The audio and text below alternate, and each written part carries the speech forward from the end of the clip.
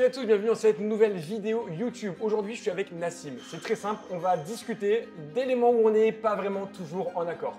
On va aborder musculation, mais aussi santé, kiné et pro de santé. On va regarder pourquoi est-ce que des fois je ne comprends pas ce qu'il dit et est-ce que vraiment on est en désaccord ou alors est-ce que c'est parce qu'on n'a pas vraiment le même métier. Une vidéo hyper complète qui est extraite d'un podcast qui va sortir d'ici quelques jours. Pensez à liker, si vous avez des questions, vous les mettez dans les commentaires. Je vous dis bon visionnage et à bientôt. Pour commencer, moi j'ai l'impression par exemple que les conseils que tu donnes sur ta chaîne sont quand même assez pointus. Et ce serait justement cette loi de Pareto, des conseils qui seraient plus bénéfiques, même si pour tout le monde, mais ciblés sur des gens qui ont déjà fait 80% du taf que chez un pratiquant plus lambda. T'en penses quoi de ça? Est-ce que tu es d'accord? Est-ce que c'est un but? Est-ce que non, pour toi, même quelqu'un qui commence doit suivre ces éléments?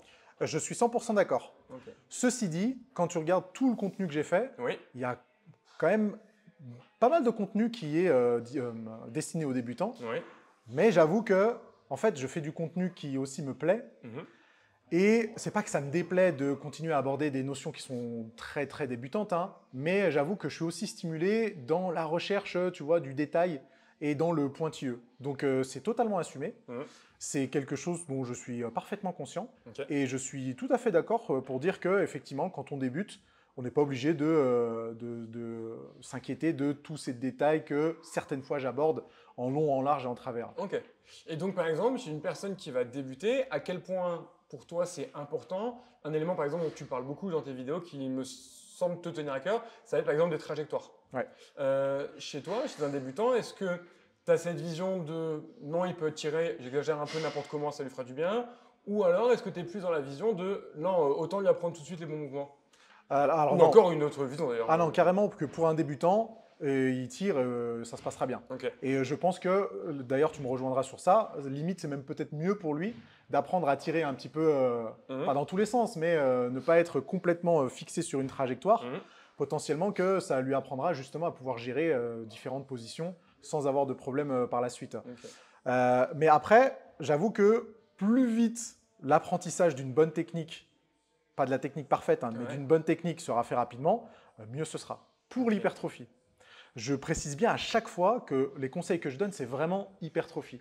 Et je suis bien conscient que lorsqu'on a envie de coupler ça avec d'autres sports, ou que l'objectif d'hypertrophie, ça ne vient pas en tout premier, mais en troisième et en quatrième, peut-être que les conseils que je donne, ils vont être un peu moins pertinents et qu'il faudra s'y prendre de façon un tout petit peu différente. Okay. Donc ça, j'essaye de le préciser à chaque fois, pour bien qu'on comprenne que si tu fais de la boxe, de la course à pied, et en troisième de la muscu, ok, tes tempos d'exécution, bon, c'est pas trop grave, ta courbe de résistance, bon, on s'en fout un petit peu, tes trajectoires parfaites, bon, c'est pas le truc le plus important. Mais je pars aussi du principe que les gens qui suivent ma chaîne, ils ont un peu les mêmes objectifs que moi, peut-être que je me trompe, hein, mais en tout cas, je pars un peu de ce principe et j'aime bien partager ce genre de notions. Que justement, je suis pas sûr, parce que je pense qu'en général, tu as des gens qui te suivent, qui ont une vision commune. Oui, totalement. Moi, je vois les gens qui me suivent d'un point de vue sur les réseaux, ils ont une petite déjà affinité pour la santé. Si je leur dis la sédentarité, c'est trop chouette, ils vont me défoncer, tu vois, ils savent qu'il faut bouger, etc. Donc, je pense qu'on a une communauté qui nous ressemble de manière générale. Juste pour être sûr, quand tu dis hypertrophie, prise de masse musculaire, tu valides pour les gens de manière générale? Oui, mais dans un but, je vais dire, dans un but purement esthétique. C'est-à-dire que la performance ne nous intéresse pas. Tout ce qu'on veut, c'est vulgairement avoir plus de muscles. Voilà, avoir plus de muscles et construire son physique de la même manière qu'un sculpteur pourrait sculpter quelque chose. Donc, pas de recherche de performance. C'est ça que j'appellerais l'hypertrophie. Ok, ça marche. Et quand tu parlais tout à l'heure de bonne réalisation, de bonne technique, tu entends quoi par là exactement? Comment tu arriverais à le définir ou à quoi tu penses? Selon moi, dans un objectif d'hypertrophie, encore une fois, il y a effectivement une manière d'effectuer des exercices qui sera plus pertinente que d'autres. Concrètement, dans un objectif d'hypertrophie, on va essayer de se mettre dans un désavantage maximal d'un point de vue mécanique. On ne veut pas s'avantager, ce qui est tout à fait à l'opposé des sports de performance. On veut au contraire s'avantager pour s'économiser et pour pouvoir soit soulever le plus lourd, soit courir le plus vite, etc. En hypertrophie, c'est totalement différent parce qu'on essaye d'isoler le plus possible le groupe musculaire qu'on a envie de travailler. Et ça, c'est pas efficace. C'est pas de l'économie, au contraire, et c'est ce qu'on essaye de faire. Et pour moi, il y a une technique précise qui peut bien sûr changer en fonction de la morphologie, en fonction du pratiquant, mais il y a une technique optimale pour arriver à cette fin-là. Ok, c'est intéressant. Tu vois, c'est un truc que je n'avais pas en tête. Quand tu parles de bonne technique, en fait, tu parles pas de la même chose que moi, tu vois, une fois Non, encore. non. Là où moi, en termes de bonne technique, je vais plutôt penser à une sorte de balance bénéfice-risque, tu vois. C'est-à-dire que, par exemple, sur un squat, ce serait comment je vais placer mes lombaires pour avoir le meilleur recrutement musculaire et le moins de contraintes sur les disques intervertébraux. Ok. Alors que toi, ce serait plus comment je vais me placer pour avoir, si je le bosse dans un but de développer mes quadris ou mes grands fessiers, la meilleure activation, la meilleure hypertrophie, vu que toi, tu parles toujours d'optimiser l'hypertrophie. C'est ça. Tu disais que, et ça c'est assez intéressant aussi, que tu te rajoutes le plus de difficultés, je vais le repréciser. Par exemple, si je prends l'exemple opposé, ça va être un powerlifter qui, sur le développé couché, va ponter énormément pour réduire l'amplitude et le mouvement de sa barre. Tout à fait. Donc toi, tu dirais que tu pourrais ne pas être amené à ponter parce que ça augmenterait le chemin à parcourir, donc ça rendrait l'exercice plus difficile. C'est exactement ça. Ok. C'est exactement ça. Toi, tu pontes?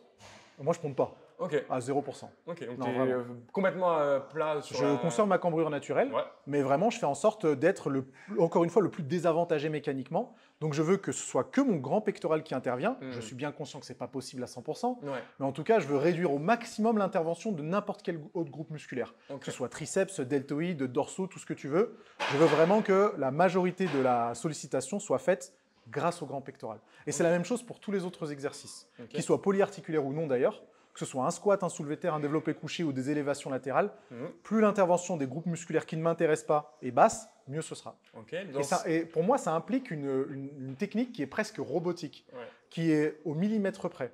Et je suis bien conscient, encore une fois, je l'ai déjà précisé, mais on va le repréciser encore une fois, je suis bien conscient que c'est un peu contre nature. Et que potentiellement, j'en sais pas, mais je pense que nos groupes musculaires ne sont pas faits pour travailler tout seuls, qui sont faits pour travailler en synergie, encore une fois dans une logique d'économie, pour se préserver. Quand tu lèves le bras, ce ne serait pas très économe de ne solliciter que le deltoïde moyen. C'est plutôt un ensemble de muscles qui va s'en occuper. Et de toute façon, s'il n'y a pas la coiffe de rotateur, tu te fais une tonne de voilà, le kiné. Direct, le kiné, il est là. Donc, je suis bien conscient que l'hypertrophie, c'est un peu contre nature. Et dans ce sens-là, c'est pour ça en fait qu'on peut être en désaccord sur certaines choses. C'est que c'est deux objectifs qui sont totalement opposés. Tu vois. Et je te rejoins un peu sur ce côté où on n'est pas fait pour faire de l'isolation, parce que dans une formation que j'avais fait, il donnait un exemple concret et ça va venir sur ma question. Si je demande de me serrer la main, et vous pourrez tester derrière votre écran, si je te demande de ne serrer que la main, tu vas serrer moins fort que si je te permets d'engager tout ton bras. Yes. D'accord? Maintenant, imaginons tu veux travailler ton triceps. Si tu ne veux le faire que lui, autant faire de l'isolation. Donc un exercice d'isolation du triceps comme une extension à la poulie par exemple. Mais en même temps, d'avoir qu'un seul groupe musculaire qui travaille et de ne pas chercher de compensation, est-ce que tu ne l'utilises pas moins que si tu te laissais libre à avoir plus de compensation? Alors, je ne sais pas si j'ai été hyper clair. Tu as été hyper clair. Okay. Potentiellement, mais le problème de l'utilisation d'autres groupes musculaires qui ne nous intéresseraient pas entre guillemets, ça génère de la fatigue. Oui. Et cette fatigue supplémentaire, peut-être qu'elle va compromettre ta capacité à réentraîner les triceps rapidement, c'est-à-dire le lendemain, le surlendemain ou 72 heures après. Si ça te compromet ta capacité à l'entraîner rapidement, tu peux accumuler moins de volume et peut-être que tu peux prendre du muscle moins rapidement. Donc c'est aussi dans cette logique-là. Tu vois, depuis que j'ai créé ma chaîne YouTube, il y a toujours eu des personnes qui m'ont fait la comparaison suivante. Nassim, si tu soulèves 100 kg au développé couché, et que tu as les pecs, les triceps, on va schématiser. Pecs, triceps et deltoïdes qui interviennent. Pectoraux à 70%, triceps à 20%, deltoïdes à 10%. Ça nous fait 100%. Donc, techniquement, les pectoraux ont soulevé 70 kg, les triceps 20 kg, on schématise à mort. Ouais, je vois bien, c'est clair. Pourquoi je ne ferais pas ça quand toi, tu recommandes de n'utiliser que 70 kg et qu'il soit soulevé exclusivement pour les pectoraux? Théoriquement, tant mieux si les triceps et les deltoïdes sont un peu sollicités. On devrait arriver à la même croissance musculaire. Oui, mais encore une fois, ça a provoqué de la fatigue sur des groupes musculaires qu'on n'avait pas envie d'utiliser. Et comment tu fais si tu as envie de faire une séance push et après tu as des exercices pour les deltoïdes et les exercices pour les triceps? Tu prends en compte la fatigue que ça a généré? Comment tu la traques? Comment tu la mesures? Comment tu peux être sûr que ce sera toujours la même fatigue qui est provoquée? Comment tu peux être sûr que la semaine d'après, tes pectoraux, ils n'ont pas soulevé 60 kg ou 80 kg, ce qui fait que la fatigue générée ne sera pas la même, que ça provoque tout un bordel. Donc, j'ai toujours été plus partisan de cette précision presque chirurgicale de me dire non, on veut que les pecs. Au moins, tout est bien partitionné, tout est bien divisé. Et ça nous permet de gérer plus facilement un programme de muscu. Oui, là où dans ton exemple, en réalité, même pour aller encore plus loin, ce serait peut-être plus du 60% pec, 20 et 20. Ouais. Là où toi, du coup, pour le même exo, tu préfères un exo qui fait 90% pec, 10-10, pour être sûr que les deux autres ont très peu travaillé et donc emmagasiner peu de fatigue. Totalement. Ok. Totalement. Ok, je vois. Après, c'est une école particulière. Tu vois, il y a sûrement des bodybuilders ou des gens intéressés par l'hypertrophie qui y sont arrivés différemment. Mais je pense qu'on a aussi tous notre sensibilité. Moi, je suis quand même très attaché à la technique et c'est quelque chose qui me rassure aussi peut-être d'aller à la salle et de me dire, attends, ma technique, elle est précise, c'est chirurgical. Je sais que je vais optimiser le recrutement de ce groupe musculaire et pas du suivant. Et du coup, c'est ce qui m'a permis de progresser aussi. Et du coup, ce qui explique mieux, et pour les gens qui nous écoutent, c'est que du coup, sur le développé couché, toi, ou sur n'importe quel exercice, tu vas t'entraîner, pratiquer, trouver la trajectoire qui fait qu'au lieu d'avoir 70% sur un groupe 15 et 15, tu es 95% sur ce groupe pour en fait avoir des exercices qui ne seraient quasiment que des exercices d'isolation. C'est exactement ça. Mais qui te permettraient, par leur mise en place, de mettre sûrement plus lourd que sur l'exercice d'isolation. Absolument, mais c'est pour ça que je fais beaucoup moins la différence entre isolation et polyarticulaire. Beaucoup moins que moi ou que ce que tu peux voir sur les réseaux? Non, que ce que je peux voir sur les réseaux. En fait, moi, je ne fais pas la différence entre les deux. Un exercice d'isolation, pour moi, il est aussi important et peut générer autant d'hypertrophie qu'un exercice polyarticulaire. Mais parce que tes exercices polyarticulaires, c'est de l'isolation. C'est ça, c'est ça. Et la seule raison, c'est ça le truc. Mais c'est ça. Et la seule raison pour laquelle j'utilise des exercices polyarticulaires, c'est parce que ça peut me permettre d'avoir une courbe de résistance particulière, ou que ça me permet de mieux gérer la technique, ou que ça me permet effectivement d'éviter le recrutement d'autres groupes musculaires. On pourrait dire que, tu vois, un développé couché, c'est la même chose que des écartés couchés, parce que techniquement, c'est une adduction, donc c'est un peu la même chose. Mais sur les écartés couchés, étant donné que le bras de levier est hyper important, peut-être que les fléchisseurs de ton coude vont intervenir de façon à te faire perdre un petit peu le focus sur les pectoraux, d'où l'intérêt potentiellement de faire du développé couché. Tu vois, la logique, elle est toujours un petit peu comme ça. Ok. Et ça me soulève une autre question, et là par contre, j'ai pas la réponse. Du coup, on en a discuté un peu avec Antoine Fourman, oui, bien sûr, où j'avais fait un quiz, et il me dit, tiens, je comprends pourquoi tu as mis ça. Est-ce que c'est mieux un exercice qui entraîne une meilleure activation musculaire? Donc moi, ce que j'avais vu sur l'étude, c'était que le step-up était mieux pour le recrutement des fessiers, mais où l'installation fait que tu ne peux pas faire un step-up à 100 kg, VS un exercice où tu as une moins grande activation musculaire du groupe en question, mais sur lequel tu vas pouvoir mettre plus lourd. Et donc, au final, le travail de ce muscle va être plus important. Je ne sais pas une fois encore si tu vois ce que je veux t'emmener, mais d'un point de vue, toi qui cherches à avoir un recrutement optimal, qu'est-ce que toi tu favoriserais dans ce cas-là? Un exercice où tu as une meilleure activation, mais où tu vas être moins lourd, ou un exercice où tu as peut-être une moins bonne activation par rapport aux autres groupes musculaires, mais où par contre tu vas pouvoir plus charger? Tu dis ça vis-à-vis… c'est une étude que tu as en tête là, en fait, on en a discuté parce que moi, j'avais l'étude sur le grand fessier. Et il trouvait que sur le step-up, il y avait une meilleure activation que sur un squat. Et Antoine me disait, oui, mais nous, dans nos études, on remarque que tu progresses mieux en faisant du squat que du step-up par rapport au augment du fessier. Et en fait, en discutant, on s'est dit, oui, mais parce qu'en fait, sur un squat, tu vas être plus lourd. Donc, ton activation globale et ta progression, elle sera peut-être plus importante que sur un step-up où tu es instable, tu es en unilatéral, tu vois. Tu aurais une opinion là-dessus? Je prendrais plutôt l'exercice où effectivement tu peux mettre plus lourd. Parce que, comme on en a parlé tout à l'heure, la muscu, c'est la progression, elle se fait sur des années. Et donc, l'aspect progression, il est quand même hyper important, peut-être plus même que l'activation, parce qu'au final, ce n'est pas une séance qui nous intéresse, c'est comment tu vas pouvoir la faire progresser. Donc, dans ces cas-là, oui, je prendrais plutôt celui où tu peux charger plus facilement. Voilà. Pour le côté, pas instanté, mais évolution sur le long terme, planification, etc. À condition que la différence entre les deux exercices, ne soit pas non plus le jour et la nuit. Tu vois. Et je serais curieux de savoir comment le step-up a pu provoquer une meilleure activation du grand fessier. Mais en gros, c'était sur études EMG, et après, sur l'étude en elle-même, tu n'avais pas de vidéo où je voyais la manière dont ça avait été exécuté. Juste, ils avaient classé 5 ou 6 exos fessiers. Ok. Tu as déjà testé un EMG? Non, j'ai prévu d'en faire. Je sais que tu en avais fait des vidéos. J'aimerais bien le tester. Tu as eu une expérience particulière? Ouais, je l'ai encore ici, le EMG. J'en avais acheté un il y a quelques années. Le EMG, tu vas voir que pour moi, c'est traître, surtout le EMG de surface, ce que tout le monde utilise maintenant.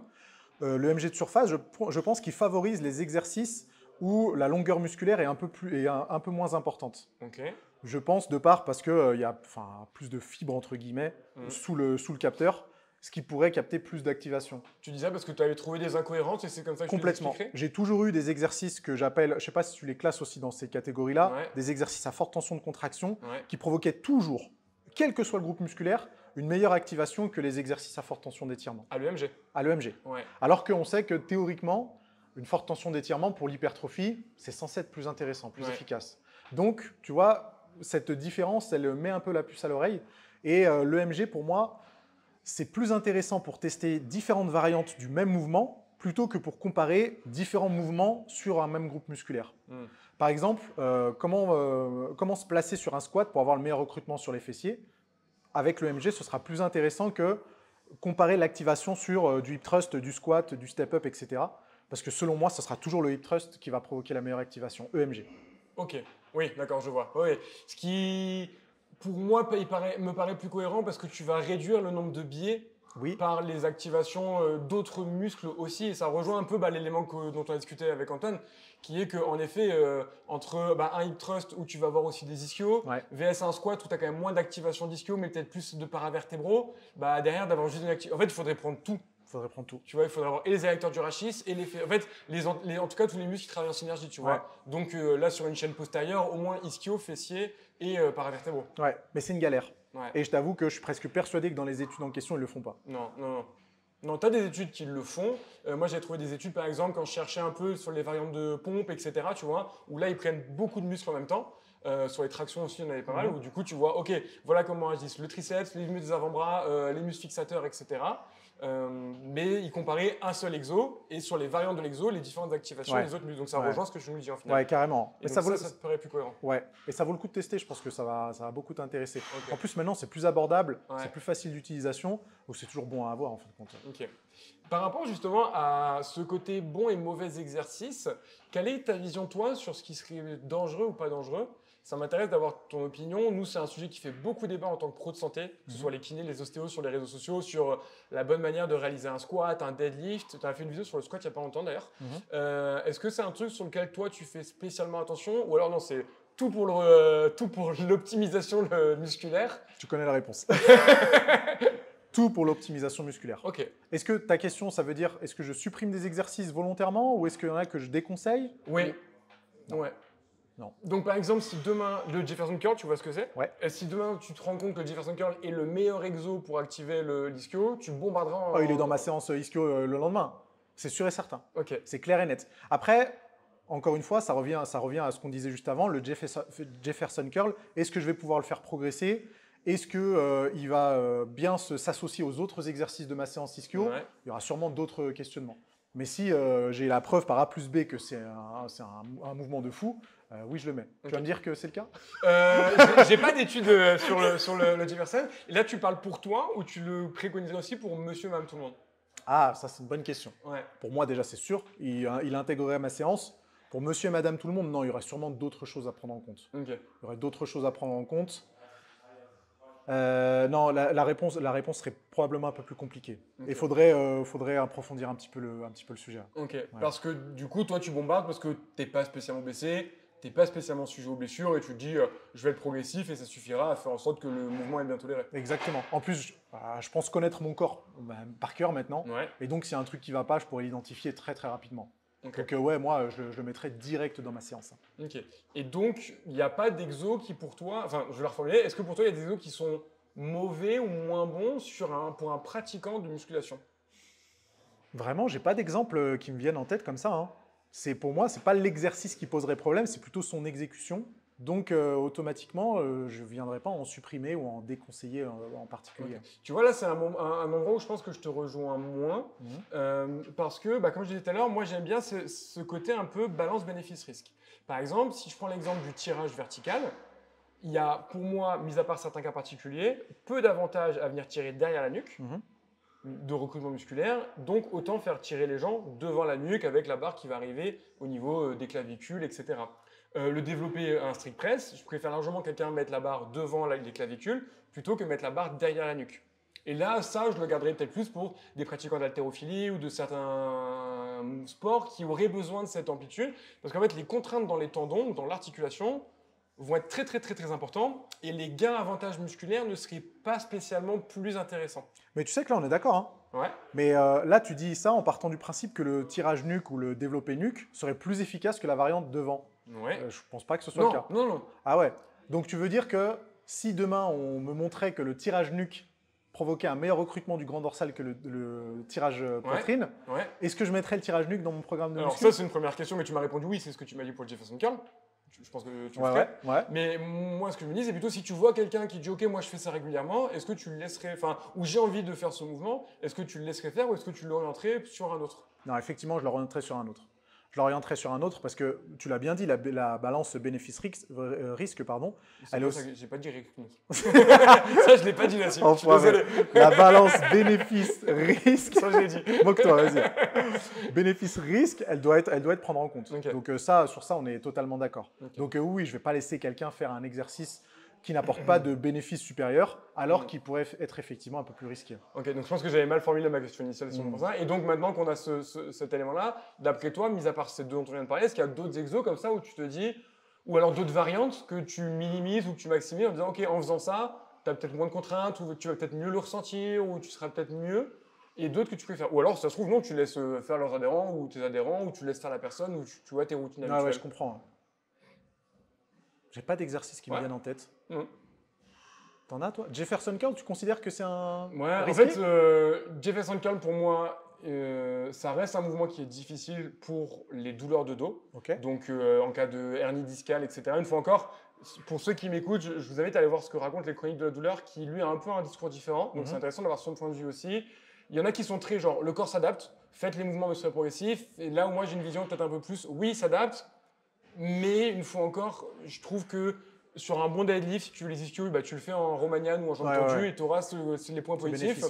Par contre, pour tes disques et tes ligaments, ce sera beaucoup moins difficile à encaisser. Le développer derrière la nuque, franchement, j'en faisais beaucoup quand je faisais du crossfit parce que ça m'aidait pour la partie du crossfit.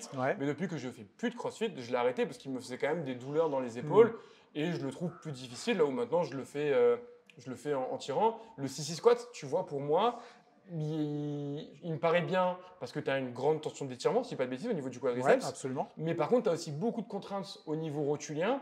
Et chez des personnes qui ont une sensibilité sur une tendinite rotilienne ou un syndrome fémoro-patellaire, donc le cartilage du genou qui serait un peu douloureux, j'aurais tendance à vraiment ne pas le mettre parce que je me dis au pire, va faire du leg extension en supplément pour avoir un peu plus d'isolation et fais du squat normal. Tu vois, c'est des petites variantes. Mais une fois encore, je pense que c'est là où on n'a pas le même métier, on n'a pas les mêmes personnes en face de nous. Et c'est des recommandations que moi j'ai parce que j'ai des gens qui ont des douleurs et qui sont blessés. Ouais, je comprends totalement. Et je pense que si toi, ça fait 10 ans que tu pratiques, depuis 18 ans, tu dealais avec des douleurs, tu faisais de la kiné, ça allait mieux, mais ça revenait, etc. Peut-être que tu aurais une vision aussi qui serait très différente. Et qu'aujourd'hui, tu as la chance de pratiquer librement, de pouvoir avoir un gros volume d'entraînement et de bien le tolérer. Et ce qui fait qu'aujourd'hui, tu es beaucoup plus libre dans ton choix d'exercice. Ouais, totalement. Après, tu vois, on n'est quand même pas à l'opposé. Hein. Non. Tu vois, on n'est quand même pas à l'opposé. On se rejoint quand même sur pas mal de trucs. On traite de l'humain de toute façon. Donc, Tout à fait. Mais oui, je te rejoins plus que je suis en désaccord avec ça, carrément. Ok. Et par rapport à ça, tout à l'heure, tu en as parlé un tout petit peu de la génétique. Là, sur ce côté, à quel point on peut tolérer ou non certains exos, d'après toi, quelle est la part de génétique? Là, il n'y a pas de données, c'est juste ton opinion personnelle ou ton ressenti ou l'expérience avec tes clients. Est-ce que tu as souvent des gens qui se blessent? Est-ce que personne ne se blesse? Tu vois ce que tu saurais dire? Est-ce que tu as une idée là-dessus? Je ne saurais pas faire je ne saurais pas estimer en termes de proportion, mais effectivement, je trouve qu'il y a quand même beaucoup de gens qui se blessent. Quel est le rapport avec la génétique? À quel point c'est un rapport avec les génétiques, ce serait difficile à estimer, mais c'est clairement une réalité. Et à des degrés différents en fonction des personnes. Parce qu'on peut donner la même séance à 10 personnes, 10 clients de ma salle de sport, là, on peut leur donner la même séance. Certains vont progresser de fou, certains, ça va provoquer des douleurs, d'autres vont régresser, d'autres vont stagner. Donc ouais, c'est quand même assez variable. Et ça, tu le remarques, on va dire à peu près à mode de vie équivalent. Évidemment. À mode de vie équivalent. Ouais, même si tout le monde est différent. Au bout d'un moment, des gens qui ont à peu près la même mode de vie, tu vois que tout le monde ne réagit pas pareil. Absolument. Après, on ne connaît pas tout de leur vie. Donc peut-être il y a des choses qu'on ne sait pas, peut-être que psychologiquement, il peut y avoir un lien qui fait que ils sont un peu plus vulnérables aux blessures ou qu'ils écoutent leur corps mais pas de la bonne façon. Tu vois, j'aime pas trop cette expression écouter son corps parce que des fois on ne parle pas le même langage que son corps et on ne sait pas décrypter les signaux qu'il nous envoie. Donc une petite douleur chez quelqu'un, ça peut être encourageant, la même douleur chez une autre personne, ça peut être une catastrophe.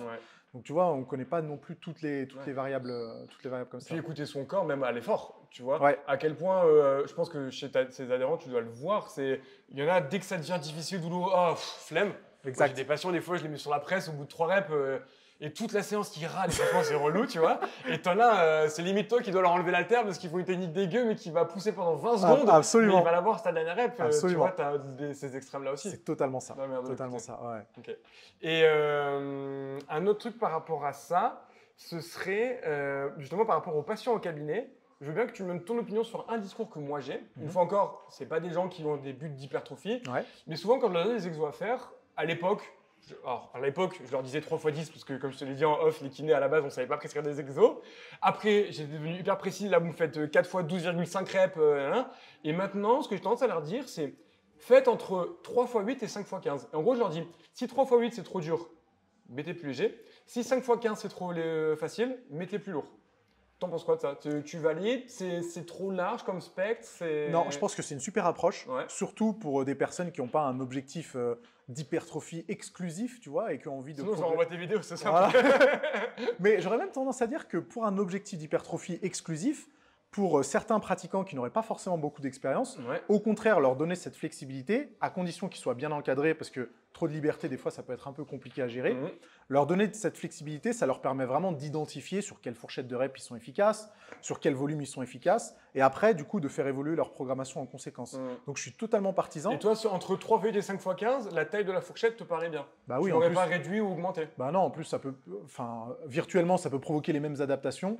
Je vois pas pourquoi on se ferait chier à soit l'augmenter, soit la réduire. Ça me paraît très bien. À partir du moment, tu me dis si je me trompe, où on est sur des stimulus proches, stimuli, d'un échec ou d'un truc qui pourrait s'y assimiler. Tout à fait, c'est ça. Mais donc, non, je trouve que c'est une super approche et j'aurais tendance à avoir quelque chose de similaire. Ok.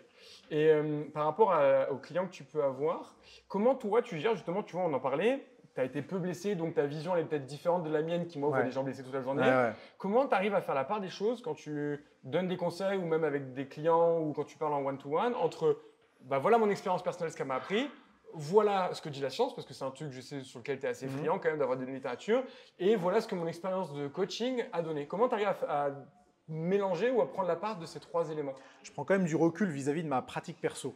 Et même si au début de ma carrière de coach, je pense que c'est une erreur, mais après, je n'ai pas la science infuse. Comme tous les coachs, on avait tendance à coacher tout le monde comme on s'entraîne. Au fur et à mesure de mon expérience, ça a totalement changé. Je suis bien conscient que ma pratique, c'est quelque chose qui ne doit pas être prise en exemple. Et le fait que je ne me sois jamais blessé, ce n'est pas quelque chose qui est à prendre comme exemple. Donc, je vais plutôt avoir une approche qui est presque à l'opposé, anticiper les problèmes qui pourraient arriver et du coup faire preuve de beaucoup de précautions dans la sélection d'exercices, jusqu'où on peut aller dans l'effort, l'intensité des séances, etc. etc. Donc, je prends plus de recul par rapport à ça et je vais être plus attentif à mon expérience en général avec tous les clients que j'ai eus plutôt que ce qui s'est passé sur moi-même. Ok. Et par rapport à la science, entre les expériences de tes clients et la science, tu essaies de varier un peu entre les deux? Il y en a un qui, pour toi, prime un peu plus que l'autre? Ouais, l'expérience prime un petit peu plus. Ok. En fait, tu vois, c'est assez particulier parce que le coaching que je pourrais faire dans ma salle, je vais plutôt me fier à l'expérience. Et les conseils que je donne sur Internet, je vais plutôt me fier à la science. Parce que je pars du principe que l'échantillon auquel je m'adresse sur mes vidéos est tellement énorme qu'il vaut mieux se fier aux statistiques et aux résultats de la science parce que statistiquement, encore une fois, il y a plus de chances pour que ça serve à un grand nombre.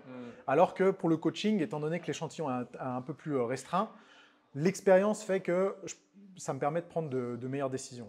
Mais c'est assez cohérent et je te rejoins tout à fait là-dessus, même moi en tant que pro santé. C'est vrai que ce que je dis sur les réseaux n'est pas tout à fait ce que je fais au cabinet. Absolument. Alors, attention. On n'est pas non plus... C'est pas je prends 4 patients en même temps et je leur fais faire à tous du vélo alors qu'ils sont mal à l'épaule, tu vois. Mais c'est vrai que, en fait, une fois encore, on traite de l'humain qui est extrêmement complexe. Par contre, on en disait son mode de vie, etc. Et on peut sûrement être un peu plus précis et spécifique en one-to-one. VS, quand on vous donne des conseils sur le réseau, déjà, on va essayer de ne pas être délétère. Tu vois, faire en sorte que les gens qui nous écoutent ne se blessent pas en faisant ce qu'on leur demande de faire, que ce soit sur une routine mobilité ou sur une programmation que toi, tu veux leur donner. Et donc, je pense que prendre ce recul où, on sait que ça montre de l'efficacité sur 80% de la population, on va donner les conseils des 80 et pas des 20. Tout à fait. Donc, ça me paraît cohérent. Et vu que je fais pareil, je pense que c'est une bonne chose. Tout à fait. C'est quelque chose qu'on me reproche sur YouTube. C'est-à-dire des fois, de ne pas être spécifique. Et tu vois, dans les commentaires YouTube que je regarde de temps en temps, il y a toujours cette personne qui va dire « Non mais attends, ce que tu dis, c'est totalement à l'opposé de ce que moi j'ai vécu. » Je dis « Mais ouais mec, il y a 1 million d'abonnés sur la chaîne, t'imagines bien que Je dois faire en sorte que ce soit le plus général possible. Ouais. Et encore une fois, ça me permet de prendre moins de risques et de partager des conseils cohérents au plus grand nombre. En fait. Ouais. C'est un problème vraiment qu'on a aussi, c'est que on se base pour traiter les gens de données de littérature, mais qui ne donnent jamais des résultats efficaces sur 100%. C'est ça. Et les gens sont totalement biaisés par leur expérience personnelle. Absolument. Là où nous, on a cette connaissance où on essaie de s'en détacher. Tu vois, moi, j'ai été beaucoup blessé et j'essaie de ne jamais transférer ma rééducation sur mes patients qui ont eu des douleurs de dos, tu vois, ou autre chose. Et là encore, j'ai fait un quiz de 30 questions générales, culture, sport, santé, douleur. Et il y a un mec qui me dit dans les commentaires, franchement, je suis surpris. Tu dis que porter du poids, c'est mauvais pour le dos, alors que moi, dès que je porte un truc, je me bloque. Ah mais mon pote, t'es tout seul. Hein, ouais, tu vois, et en fait, les gens, vraiment, des fois, ils manquent de ce recul. Ouais. Aussi bien, je pense, dans la partie médicale que dans la partie sport. Parce que ça reste un corps et que tout le monde réagit différemment là-dessus. Absolument. Et bon, après, ça fait partie du boulot d'éducation. Je me décourage pas pour autant et j'essaye de partager ce message aussi souvent que possible, même si j'imagine bien qu'il y aura toujours... On ne pourra jamais plaire à tout le monde, mais même avoir la vérité pour tout le monde. Et c'est là où nos conseils qui sont très généraux, c'est leur limite, c'est que rien ne vaut de l'individuel. Si vous nous écoutez, que ce soit si vous souhaitez progresser dans un sport ou que vous avez une douleur quelle qu'elle soit, la réponse sera toujours, en fait, vous progresserez toujours plus en vous faisant accompagner. Prenez un vrai coaching, prenez un vrai thérapeute, ce sera toujours plus efficace. Nous, ce qu'on donne, c'est des idées générales pour que vous ayez des connaissances à appliquer, mais le mieux, ça reste l'optimisation, enfin l'individualisation. Totalement. Tu me rejoins là-dessus? Ah bah 100%, il n'y a pas de doute.